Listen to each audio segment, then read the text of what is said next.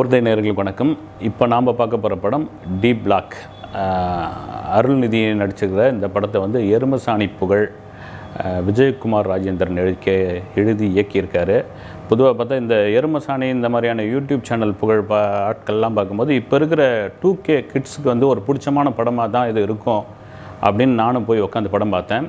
இது ஒரு horror thriller படம் அப்படின்போது ஒரு ஓப்பனிங்லேயே பார்த்திங்கன்னா ஒரு பெரிய வனாந்தரமான ஒரு காட்டில் ஒரு இன்ஜினியரிங் காலேஜ் அப்படின்னு காமிக்கிறாங்க.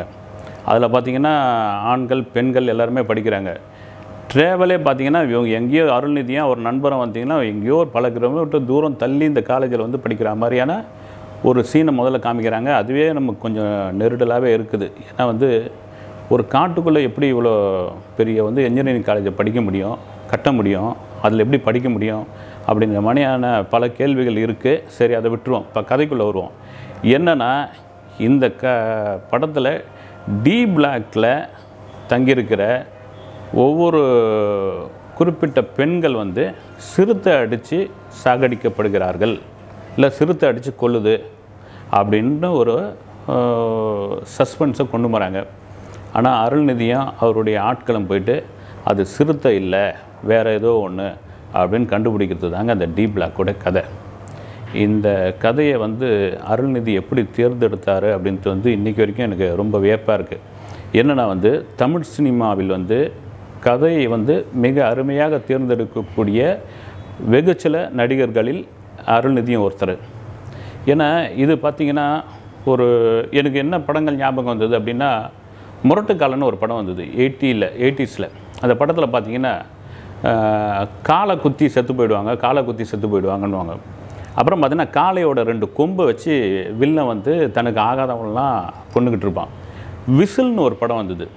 அந்த படத்தில் பார்த்திங்கன்னா அதே போல் தான் வந்து ஒரு ஹாஸ்டலில் மர்மமான முறையில் செத்துக்கிட்டே இருப்பாங்க. அவங்களுக்கு வந்து ஒரு மார்க் போட்டு சாகடிச்சிடுவாங்க.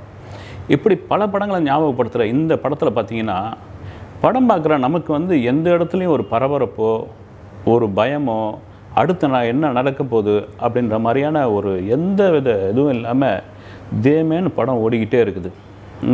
இதில் பார்த்திங்கன்னா மற்ற எல்லா நடிகரும் பேசிக்கிட்டே இருக்காங்க. ஹீரோவுக்கு சில இடத்துல பார்த்திங்கன்னா சும்மாவே நின்றுட்டு இருக்காரு. இதை எப்படி இவர் ஒத்துக்கிட்டாருன்னே தெரியல.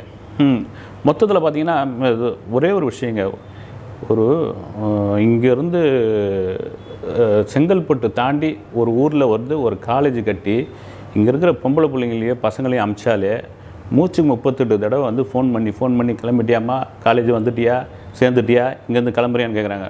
ஒரு வனாந்தரத்தில் பசங்களை விட்டுட்டு அந்த பேரண்ட்ஸ் கேட்குறாங்களா கண்டுக்கிறாங்களா இல்லையான்னு தெரியல. அங்கே பார்த்தா தொப்புன்னு ஒவ்வொரு கொலையாக விழுது, சிறுத்தை அடிக்குதுன்றாங்க. அது வந்து இது போஸ்ட்மார்ட்டம் ரிப்போர்ட்டில் வந்து தெரிஞ்சு போயிடும் என்னென்னு, அதனுடைய இது என்னான்னு தெரியல. அதாவது படத்தில் பார்த்திங்கன்னா ஒரு டீட்டெயில்டும் கிடையாது. இந்த மனம் போன போக்கில் இந்த படத்தை எடுத்திருக்காங்க. ஆனால் அந்த மனம் போன போக்கில் படத்தை எடுத்த படத்துலையும் பார்த்திங்கன்னா அருள்நிதி தனக்கான வேலையை மிகச்சரியாக செய்திருக்கிறார். ஏன்னா ஒரு ஹீரோக்கான இது.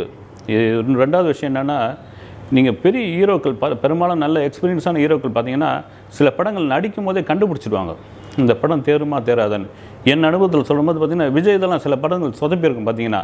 ஏன்னா அது சொதப்பக்கூடிய படம் தெரிஞ்சு ஒரு பாதி படத்துக்கு மேலே விஜய் வந்து இன்வால்மெண்ட்டாகவே நடிச்சிருக்க மாட்டாப்புல. அது மாதிரி இதை அருள்நிதிக்கு இதை தெரிஞ்சிருக்கலாம் மேபி. ஆனால் இந்த படத்தை எடுத்து முடிச்சுட்டு எத்தனையோ ஒரு போட்டு பார்க்குறதுக்கான வாய்ப்பு இருக்குது. அப்பவும் வந்து கட் பண்ணி எடிட் பண்ணி இல்லை ரீஷூட் பண்ணி ஏதாவது பண்ணியிருக்கலாம். சரி, இவங்களுக்கான அதை சட்டியில் இருந்தால் தானே அகப்பையில் வருன்ற கதையாக இவ்வளோ தான் இருக்குது, அவ்வளோதான் வந்திருக்குது. இதுக்கு மேலே இந்த படத்தை எதுவும் சொல்ல வேணாம். இது ஒரு ஹாரர் படமா, த்ரில்லர் படமா, சைக்கோ படமா ஒன்றுமே புரியல. வாய்ப்பு இருந்தால் நீங்களும் போய் பாருங்கள். T block. நன்றி. இந்த வீடியோ உங்களுக்கு பிடிச்சிருந்தா லைக் பண்ணுங்கள், கமெண்ட் பண்ணுங்கள், ஷேர் பண்ணுங்கள், சப்ஸ்கிரைப் பண்ணுங்கள்.